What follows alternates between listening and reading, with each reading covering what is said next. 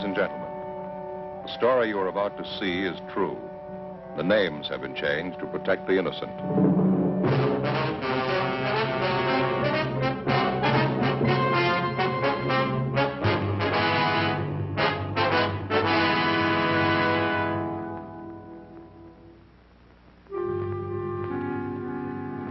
This is the city. 2 million people, almost 1 million kids. The people have tried to plan for them. They've built schools for them to learn in, beaches and parks for them to play in. Most of the kids follow the course as planned. A few of them get lost on the way. When they do, it makes trouble for me. I'm a cop.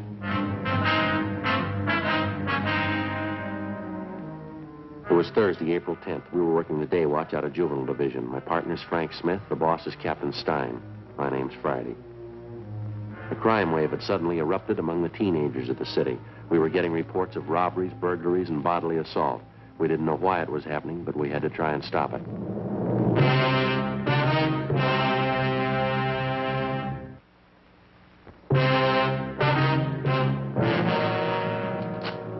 Frank?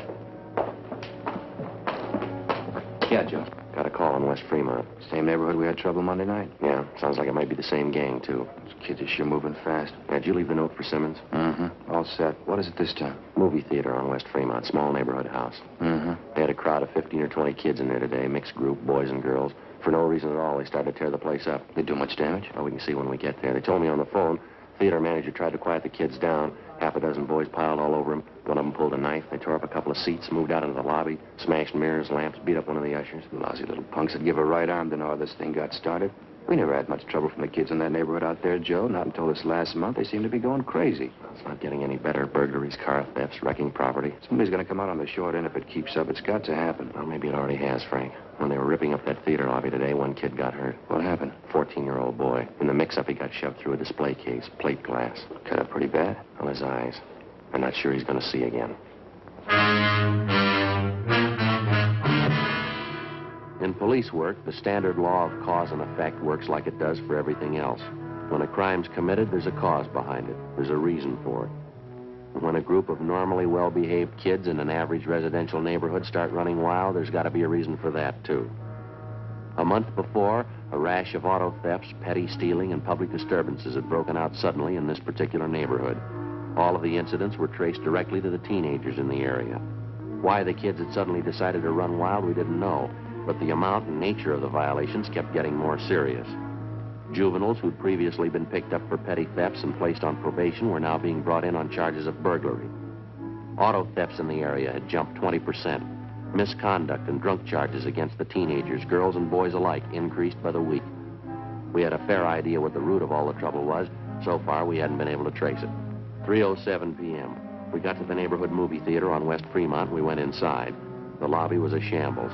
A new show had just started. The manager of the theater met us in the lobby, a Mr. Clyde Barton. Got the best of me, Sergeant. I don't know what to make of it. Just look at that wreck. You'd think they were a bunch of savages. You have any idea at all what started them off, Mr. Barton? No idea in the world. A bunch of them came in about 2 o'clock today. Boys and girls both. They sat in front and watched the picture for a while, and they started getting noisy. Did you recognize the kids? I mean, are they from the neighborhood here? Sure, I know who they are. I say they started to make trouble down front, kicking the back of the seats and yelling around. Usher couldn't do anything with them, so I went down to tell them to quiet down or get out. Well, did any of them in particular seem responsible for the racket? Any ringleader? Not that I noticed, no. I tried to be nice to kids, reason with them. They just wouldn't have it. Must have been almost 2 dozen of them.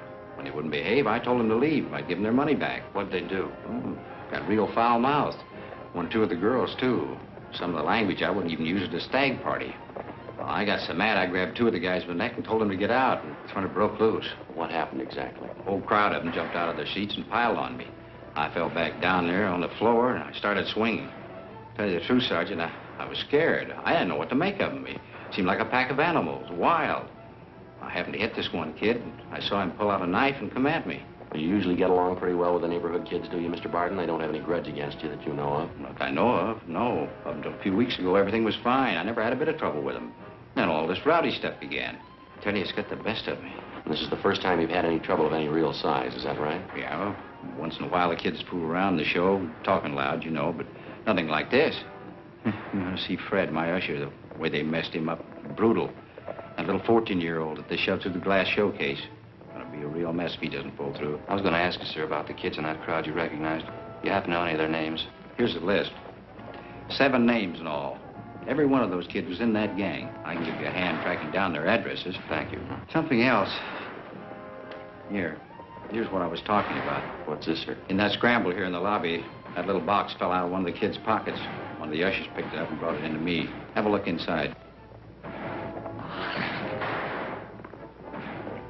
Frank? Mm-hmm. I don't know too much about it, Sergeant, but I got a hunch. I don't think I made a mistake. Yeah. What do you think? No, sir, it's no mistake. Marijuana.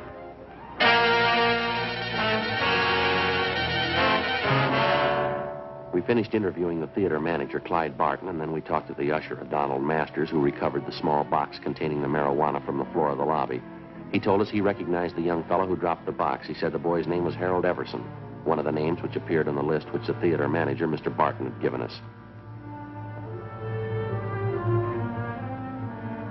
7:45 p.m. Frank and I located the Everson boys' home. It was a 2-story frame, colonial-style house in a better-than-average section of the city. The boy's father answered the door, a Harold Everson Sr. We told him what we wanted. We were about to sit down and eat. You have to make routine calls at dinner time? Not a routine call, Mr. Everson. We'd like to see your son if he's home. Harry, what do you have to see him about? Do you have any idea where your boy spent his time today after school? Well, he said he was going down to the gym, play a little basketball. Then he was going to the library. It's school night. He had studying to do. I think maybe you ought to keep a closer check on your son, sir. That's not the way we get it. Well, what are you getting at? I trust my boy. He said he was going to the gym and then to the library. Got no reason to lie about it. We had a minor riot at a neighborhood movie down in West Fremont today, sir. A gang of high school kids ran wild and wrecked the place. What's that got to do with Harry? Well, a couple of people recognized him among the gang of kids.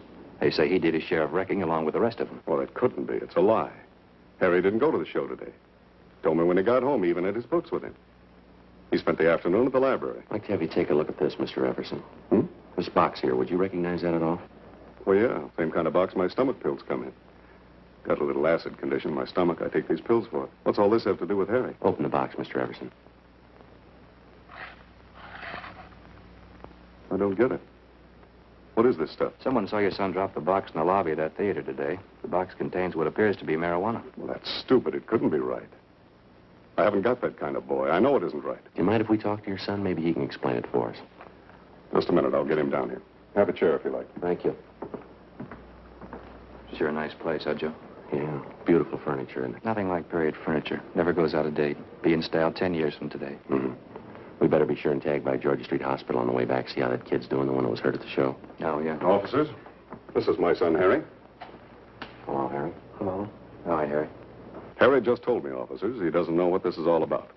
He was at the library, like I said. Well, sure. I was there till they closed. Somebody made a mistake. I wasn't at the show today. You know Mr. Barton, Harry, the man who runs the theater? Yeah, I know him. Why? He swears you were there today, so does one of the ushers. Who? Boy by the name of Donald Masters. He says he knows you pretty well. I don't know any Donald Masters. We go to the same high school together, son. You're in the same class. I told you I don't know any Donald Masters. What about this, Harry? Huh? Would you recognize this? No, What is it, Harry? What's wrong with you? nothing. I don't know whose it is. It's not mine. Well, it was lost in the lobby of the theater today. Masters says he saw you drop it. He's lying. I hate the kid's guts anyway. He's lying. Thought you said you didn't know him, son. What are you shaking for? What kind of story are you trying to tell? I didn't mean it, Dad. The kid got this stuff for me. I didn't mean to get it. I didn't mean to, Dad. It's beginning to look like I'm the dunce of the family, huh? Take it easy, Mr. Everson. You liar, Harry. The kid got this stuff for me, Dad. It's the truth. I didn't buy it. You want him downtown, officers? Afraid so, Mr. Everson. I'd like to have you come with him. Go get dressed. Go back to your room and get your clothes on. Okay, Dad. I can't believe it. My own boy using marijuana. Can't tell you how I feel. Afraid there's going to be more folks feeling the same way before this is all cleaned up. But it'd be different if Harry didn't have a chance. A good home, good training. Boys had the best I could give him. Yes, sir. It's the last thing in the world I thought could happen. I never even thought about it. I never entered my mind. Yes, sir. Same for my wife. We never even worried about it. Neither one of us. Maybe that's why it happened.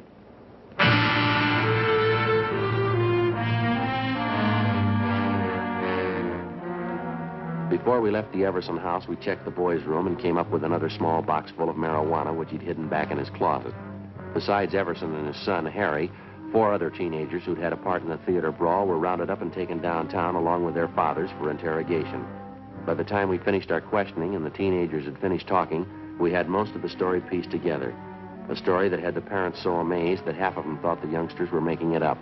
The pattern was familiar enough for us to know that they were telling the truth. Almost 2 months before, word had gone around among the teenagers in the neighborhood that marijuana, along with various stimulating drugs, was to be had easily and in quantity for anybody who wanted them. Word was passed around that it was the new thing to do, the smart thing to do if you wanted to keep up with the crowd. In questioning the Everson boy, we found that he seemed to know more about the history and operations of the narcotics campaign in the neighborhood than the other boys did. I know one of the guys who first showed up with this stuff. Name's Johnny Demering. He's about my age, 17. I used to know him pretty well. How do you mean he was the first to show up with this stuff, Harry? What kind of stuff? Marijuana and some of the other things. You know, yellow jackets, goofballs. More of the kids go for them than they do for marijuana. And do the youngsters know what these goofballs are made of, son? They know what they are? It's dope, I guess. Narcotics. Kids get a big kick out of them. I guess that's all they care. Now, this Johnny Demering, does he sell the stuff around the neighborhood, Harry? Well, yeah, he was the first one. He's got a couple other kids selling for him now. A couple of them are girls. They sell a lot for him. Johnny makes pretty good money. Yeah, I guess he does. Where does he get the stuff from, do you know? No, I wouldn't know that. Someplace downtown, Johnny knows a guy. Never told anybody where he goes to meet the guy. Nobody ever goes with him. Was Johnny at the show with you today? No, he doesn't hang around with the kids much anymore. He's getting a little big time, I think. Got his own car, good-looking girlfriend downtown. Says he's going to quit school next month. Where does Johnny live, son? Can you tell us that? I don't know the address right off. I can check it for you in the phone book. How about the kids that Johnny hires to sell the stuff? Can you give us their names? Yeah, okay. I think I can remember who they are. You going to bring Johnny in and talk to him? That's the idea, yeah, son. I don't know if you'll find him right away. He probably heard about the trouble today. Johnny's a pretty smart guy. We'll find him. Nobody knows much about him. He never talks about what he's doing, never tells anybody anything. Well, he told you. How smart was that? Complete statements were taken from each of the youngsters we'd brought in for questioning, and then in practically all cases, they were detained pending the completion of the investigation. With the information we had at hand, it took us the better part of 4 days to round up everybody involved in the narcotics distribution system, which had been set up among the teenagers in the neighborhood by 17-year-old Johnny Demering. As for the Demering boy himself, he couldn't be found. We checked with his family, his relatives, his friends, all his known associates. We got out a warrant on him. And then we checked the car he owned through DMV, and we got out a warrant for that. No sign of the boy. Narcotics Division gave us a hand and got their informants busy trying to track down the source of the dope for which the Demering boy had been the only distributor. We knew it went far beyond him. The whole campaign to introduce narcotics in a seemingly harmless form among neighborhood teenagers and then gradually build a solid demand for more expensive stuff as the habit grew and took roots with each and every youngster. It reached to the same vicious men who make their money off the hopeless adult drug addict. The same vicious men who today are trying to build a new market for their wares among the young people of this country. Tuesday, April 29th, 2:30 p.m. I'll get it. Right. Juvenile Division, Smith. Yeah, Brady. Uh-huh. That right?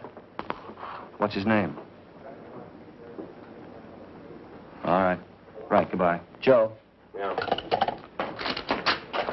Brady from Narcotics. They figure they got our man. The Demering boy? No, the guy was pushing the stuff to Demering. His name's Jocko Harris. They found him in the county hospital this morning. Yeah. Somebody got a hold of him 2 nights ago, gave him a good working over. If we're lucky, we'll make it. What do you mean? He's not supposed to last a day. 2:35 p.m. Frank and I left the office and went immediately to the county hospital where we were allowed to interview the narcotics suspect, Jocko Harris, briefly. He was in critical condition with a fracture of the skull. He gave us a statement in the form of a dying declaration. He admitted being the connection for 17-year-old Johnny Demering and admitted also that he kept the boy supplied with enough narcotics to keep the neighborhood teenage demand for the stuff fully satisfied. Seemed like a good boy, Johnny. Nice kid. Smart. Never thought he'd turn away, that's all. Where is he, Jocko? Do you know? I only wish I did. Go beat his head in, get my stuff back. Took everything I had. One of the biggest hauls I ever handled, every ounce. What was it, heroin? The best. Got only one word for you. Yeah. You better get him fast. He's got enough H to start a war.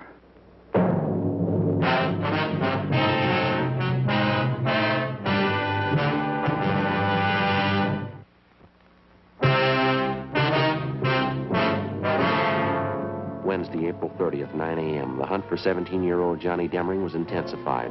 To our knowledge, because of the information we'd gained from narcotics peddler Jocko Harris, the teenage youngster had a large store of high-grade heroin, which we knew, because of his inexperience, he was unaccustomed to dealing with. In his hands, the narcotics immediately became a lethal weapon. We knew that Johnny Demring had only one market to deal in, only one type of customer he was acquainted with, the teenager. In previous transactions, we knew the youngsters received only a low-grade type of narcotic, highly diluted. We knew that if Demring succeeded in dispensing the highly concentrated store he had on hand, and the juvenile customers he served tried it on themselves, it would very likely result in death. 11 a.m. Wednesday. Despite all our efforts, Johnny Demring and the store of high-grade narcotics which he'd hijacked from Jocko Harris were still missing. Wednesday, 12 noon, we began rechecking every one of the possible sources that might lead us to the suspect. One of them was the boy's mother, a Mrs. Frances Demring. We talked to her at her work. She was employed as a multigraph operator in the mailing department of a large downtown department store. Not since the last time you talked to me, officer. I haven't heard a word from my boy, nothing at all. Have you heard anything? Well, yes, ma'am, in a way. We've got an ID still somewhere in the city. That's why we figured we'd come back and talk to you again. Have you been in touch with your relatives in town recently, Miss Demring? I mean, those Johnny might possibly contact. Yes, there's just my sister and my mother. They're the only ones I think Johnny'd go to in a case like this. Maybe because he's in trouble and all. I only wish I could have stopped the whole thing. I mean, even before it started. It should never have even started. Yes, ma'am. I guess it just wasn't to be right from the start. Johnny's father ran away, you know. I tried my best after that and never seemed to be enough. I suppose there's no getting away from it. A boy needs a father. You can try all you want. They still need a father, some kind of discipline. Yes, ma'am. Well, how about the relatives you have out of town, Miss Demring? Any word from them at all about Johnny? No, Sergeant, nothing. Matter of fact, I've been waiting for a letter. Nothing at all. Do you have any idea at all where Johnny most likely go in town if he didn't want to be seen, Mrs. Demring? Where he'd go? No, I wouldn't know that, Sergeant. First place, Johnny's never really been in trouble before. I mean, where he'd have to hide. He's always been good to me. Maybe too good. I wouldn't know that. Now, how about Johnny's school friends, ma'am? Would there be any one of them he might possibly contact in a jam? None that I haven't told you about before, I don't think. Evelyn. She's the only one I suppose Johnny'd go to if he needed help, if he was in trouble. That's his girlfriend at the high school, Evelyn Maxford? Yes, that's right. Sweet girl. How about a girlfriend that Johnny was supposed to have downtown somewhere, Miss Demring? Would you know anything about her? Nothing really, no. I knew Johnny had some other girl besides Evelyn. He did mention she lived downtown. Guess that's all I know about her. Her name was Betty, I think. Johnny mentioned it once. That's all I know about her, though. You have no idea where she lived downtown? No, I don't. Johnny and his girlfriends, that was one thing I tried not to pry into. All right, ma'am. Thank you very much. Appreciate it if you'd notify us if you hear anything at all about your son. All right, thank you. Tomorrow's Johnny's birthday, you know. I meant to tell you. I always expect Johnny home on his birthday. Seems no matter where he is, how he's tied up with his school or sports or something, Johnny always makes it home for his birthday. I see. Wonder how it'll be tomorrow. He's never missed being home on his birthday, not once. Well, if he shows up, I guess you can count on one thing, ma'am. What's that? He might have to miss next year. 2 p.m. Frank and I picked up a glass of milk and a hot dog for lunch, and then we continued making a check of Johnny Demring's closest friends. Next in line after his mother was Demring's high school girlfriend, Evelyn Maxford. We located her at home. She seemed unusually nervous as we interviewed her. No, there's nothing wrong. It's just all this business about Johnny. All this trouble. I've been upset ever since I heard about it. You haven't heard from Johnny at all, Miss Maxford. He's made no attempt to contact you since the last time we talked. I haven't heard a word, officer. I know tomorrow's his birthday. His mother's expecting him home. I know he won't come, though. I'm sure of that. How are you sure, miss? Well, I just know that's all. I guess he should give himself up and take his chances. But I know he won't. I know Johnny that well. He just isn't that type. I'd like to ask you again, miss. Yes? Are you sure you haven't heard from Johnny Demring recently in the past 2 days or so? No. That's what I told you. Don't you believe me? Do you know why we're so anxious to locate Johnny, Miss Maxford? Well, I think so. It's about the narcotics business. You say Johnny had a hand in it.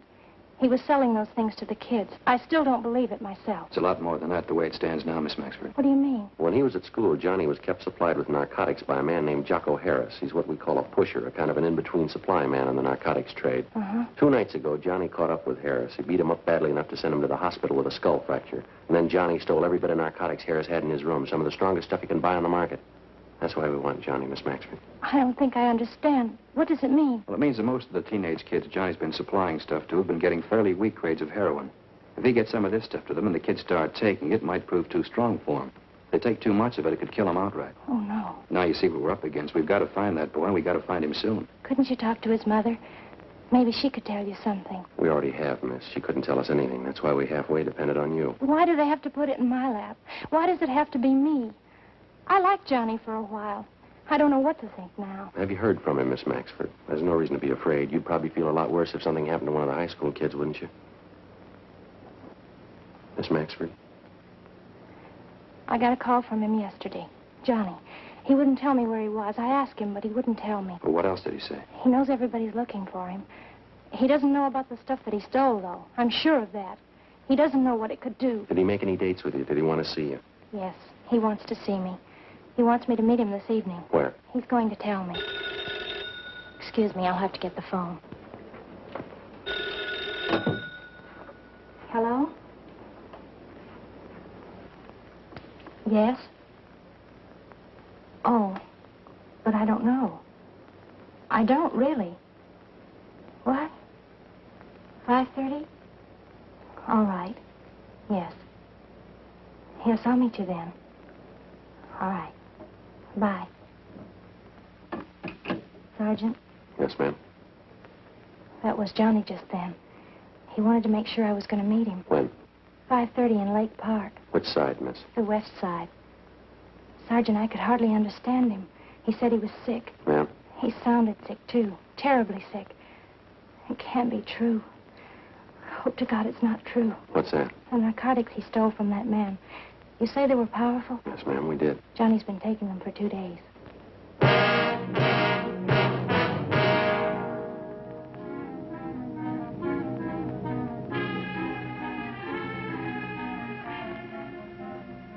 Together with 2 other men from Juvenile Bureau, Hurst and McTighe, we drove down near the appointed spot along the lake in Lake Park where Evelyn Maxford's meeting with the teenage suspect Johnny Demering was to take place. We staked out at a reasonable distance, and Miss Maxford went ahead to the meeting spot. As far as we could see, there was no sign of Demering. Someone on the opposite side of the lake was playing a phonograph. The music came over faintly across the water. We watched the Maxford girl make her way up the path into the park.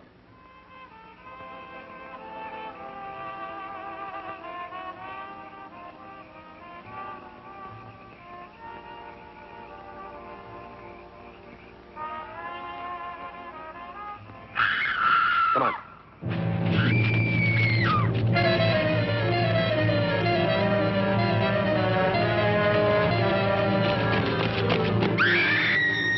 We ran all the way as fast as we could get there. When we got close enough, we found out the reason for the scream. He was lying face up in the water near a clump of trees. He was a good-looking boy, dark hair, good build, handsome. Took only one look and you knew right away he was too young to be dead. You could argue for a week, but you couldn't change it. He was dead. The girl stood over him, her face in her hands, crying. I don't see any marks in the body, do you, Joe? No. Looks like an overdose, doesn't it? Yeah.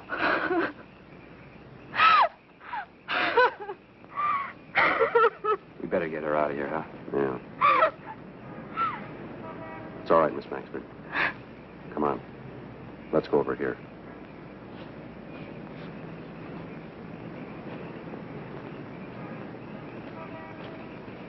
We'll have one of the other officers take you home. We can take care of what has to be done here. He was a good boy, Sergeant. He was smart. How could he ever get started in such a thing? How could he make such a mistake? He had the best excuse in the world, miss. Yes? He was 17.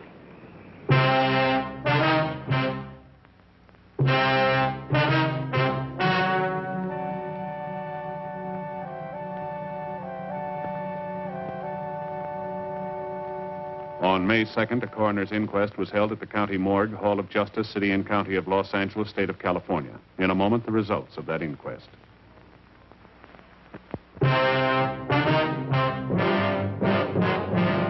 those involved in the juvenile narcotics ring, a total of 8 persons, were tried and convicted under the State Narcotics Act. They received sentences as prescribed by law and are now serving their terms in the State Penitentiary, San Quentin, California.